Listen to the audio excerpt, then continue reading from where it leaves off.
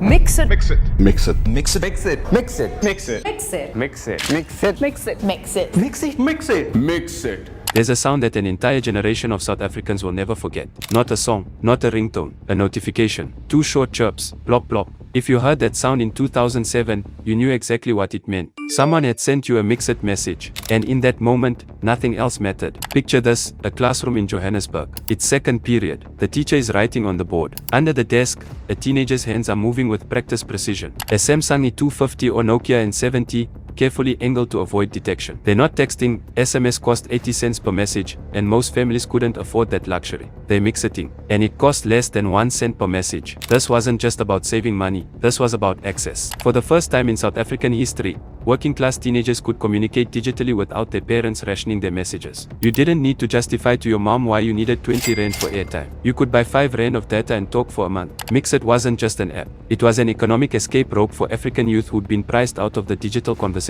But here's what makes the Mxit story extraordinary. It wasn't just cheap communication. It was a fully realized digital ecosystem that predicted the future of technology by nearly a decade. And it came from Stellenbosch, not Silicon Valley.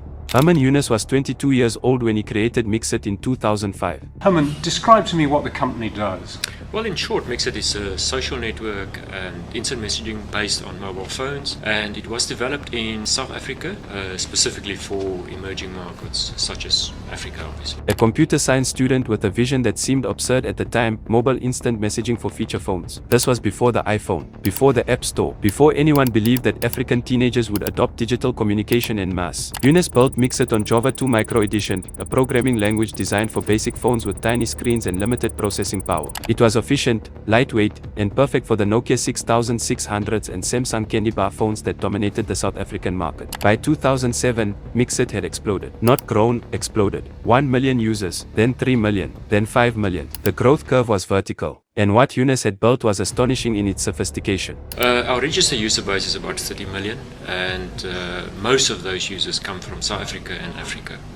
Mxit had an app marketplace before Apple launched the App Store. You could download games, customize your profile with skins and themes, buy digital items. It had Moola, a virtual currency you could purchase and spend within the platform, years before Bitcoin made cryptocurrency a household concept. It had chatbots. Dr. Math would help you with homework. Joe Banker would teach you about financial literacy. This was 2008. ChatGPT was 15 years away. South Africa had built the future, and the world had no idea. But Mxit wasn't just about technology, it was about culture. It created a digital social fabric that had never existed in South Africa before. The chat rooms were legendary. The Flirting Zone, the gaming lounge, the music room. Teenagers who would never meet in real life because they lived in different provinces, different economic classes, different worlds, they all collided on Mxit. It was chaotic. It was beautiful. It was Tinder before Tinder, Facebook before Facebook became cool in South Africa, and Discord before Discord existed. And yes, it had a dark side. Every technology does. The anonymity that made Mxit liberating also made it dangerous. The man dubbed the Mxit rapist has briefly appeared in the Port Elizabeth Magistrates Court. On Wednesday, the 27-year-old was charged with raping a teenager he met on Mxit. His case has now been transferred to Gauteng, and he'll appear in the Benoni Magistrates Court next Tuesday. The so-called Mxit rapist had been on the run for over 2 weeks. Eventually tracked down and arrested in Port Elizabeth on Tuesday. The scammer girl became infamous photo of a woman that thousands of scammers used as their profile picture to trick teenage boys into sending airtime or personal information. If you were on Mxit in 2009,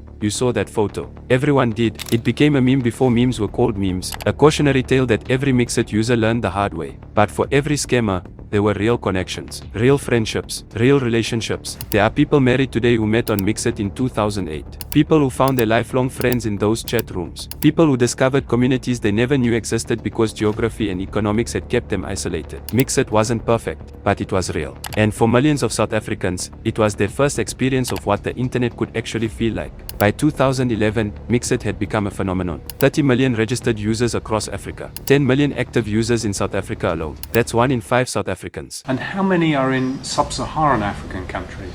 I would say at least about 23, 24 million of those. The platform was handling billions of messages per month. Brands were paying to advertise on it. NGOs were using it to deliver health information to teenagers. The government was exploring ways to use it for civic engagement. Mxit Reach, in partnership with UNICEF and the Department of Basic Education, have developed the Ukufundo Virtual School. It's a mobile innovation in the South African education system that will promote equitable access to quality learning and teaching, enable teacher professional development, and support curriculum delivery. Mxit had transcended being an app. It had become infrastructure. And that's when the valuation trap closed around them. Alan Knott-Craig Jr., son of the former Vodacom CEO, acquired Mxit through his company, World of Avatar, in 2011. The deal valued Mxit at roughly 670 million rand. On paper, this was validation, proof that a South African tech startup could command serious money. But in practice, it was the beginning of the end. Because that valuation came with expectations. Investors wanted exponential growth. They wanted Mxit to dominate not just South Africa, but Africa, then India, then the world. The pressure to scale became overwhelming. Mxit expanded aggressively. New markets, new features, new partnerships. But in the rush to grow, they missed something critical. The ground was shifting beneath them. The smartphone revolution had arrived. And Mxit was built for a world that was disappearing. Here's the thing most people don't understand about why Mxit died. It wasn't just that WhatsApp was better. It was that Mxit was fundamentally incompatible with the future. The entire platform had been engineered for feature phones using J2Me. Every line of code, every design decision, every optimization was built around the constraints of phones with 128 megabytes of RAM and 2-inch screens. It was brilliant engineering for that context. But when iOS and Android arrived with their touch screens, their gigabytes of storage, their app ecosystems, Mxit's foundation became a liability. They tried to adapt. They really did. Mxit launched smartphone apps for iOS and Android in 2012. But these weren't native rebuilds. They were ports. They took the old J2Me codebase and tried to make it work on new platforms. The result was clunky, slow. It felt outdated the moment you opened it. Meanwhile, WhatsApp had been built from the ground up for smartphones. It was fast, it was intuitive, it felt modern. But the technical difference was only half the story. The other half was philosophical. Mxit required a username and password. You had to create an account. You had to remember login credentials. It was a separate identity, distinct from your real life. For teenagers in 2007, that was perfect. The appeal was the anonymity, the ability to be someone else, to talk to strangers, to explore. But by 2012, people didn't want that anymore. They wanted WhatsApp. Because WhatsApp used your phone number as your identity. It automatically connected you to people in your contacts. It felt like an evolution of SMS, not a replacement for it. When you messaged someone on WhatsApp, you were talking to your real friends, your family, your actual social network. Mxit felt like talking to internet strangers. And as people grew up, that distinction mattered. There's a brutal irony here. Mxit had conquered the feature phone just as the smartphone was conquering the world. They had won the wrong war. Every optimization that made Mxit perfect for Nokia candy bar phones made it irrelevant for iPhones. Every design choice that appealed to teenagers hiding phones under desks felt childish to young adults carrying smartphones openly. The decline was rapid and merciless. In 2012, Mxit had 10 million South African users. By 2013, it was 8 million. By 2014, it was 5 million. By 2015, it was struggling to stay relevant. The plop-plop notification sound that once dominated South African classrooms had been replaced by the WhatsApp double-tick. The chat rooms that used to buzz with thousands of users were ghost towns. The Moola economy collapsed. The app marketplace withered. Alan Knott-Craig Jr. and the team tried everything. They pivoted to becoming a super app with payments and services. They tried to position Mxit as a platform for education and social good. They partnered with brands and NGOs, but the users were gone. And in technology, once the users leave, they rarely come back. In 2015, Mxit officially shut down its messaging service. But here's where the story takes an unexpected turn. The company didn't declare bankruptcy. They didn't sell off assets to the highest bidder. Herman Heunis and the team donated Mxit's intellectual property to the Reach Trust, a non-profit focused on education. The technology that had connected millions of South African teenagers would be repurposed to deliver educational content to underserved communities. The chatbots that once helped with homework would continue doing so, just under a different banner. It was a dignified end, but it was still an end. So what happened? How does a company with 30 million users, R500 million in valuation, and a product that millions of people love simply vanish? The easy answer is WhatsApp.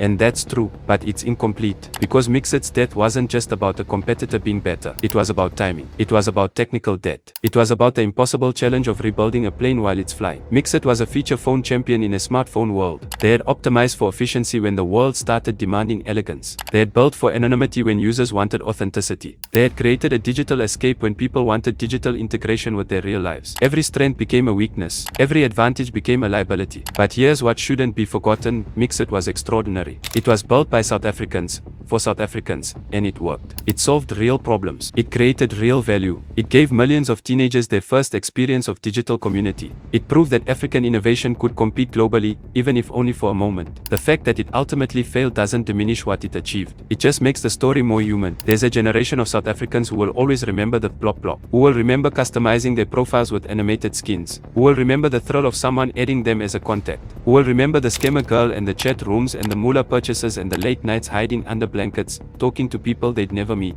That was real. That mattered. Mxit didn't fail because it was bad. It failed because it won the wrong war at the wrong time. It conquered the feature phone empire just as the smartphone empire rose. And in technology, timing is everything. The ARMA 2000, South Africa's Gen Z, will never know what it was like to buy 5 rand of data and feel like you own the internet. They'll never know the sound of that notification, the one that made your heart race because maybe, just maybe, it was the person you'd been waiting to hear from. They'll never know the specific anxiety of running out of Moola or the triumph of reaching level 10 in Mxit Tetris. But those of us who were there, we know, we remember. And when we see WhatsApp and Telegram and Discord and all the platforms that came after, we see echoes of what Mxit built first. The chatbots, the virtual currency, the app marketplace, the community features. They weren't new ideas when Silicon Valley claimed them. They were Mxit ideas, Stellenbosch ideas, South African ideas. Herman Heunis created something that connected millions. Alan Knott-Craig Jr. tried to save it. The team gave everything they had. And in the end, the market moved faster than they could adapt. That's not a failure of vision. That's not a failure of execution. That's just the brutal mathematics of technological disruption. Mxit is gone. But what it represented, the possibility that South Africa could build world-class technology,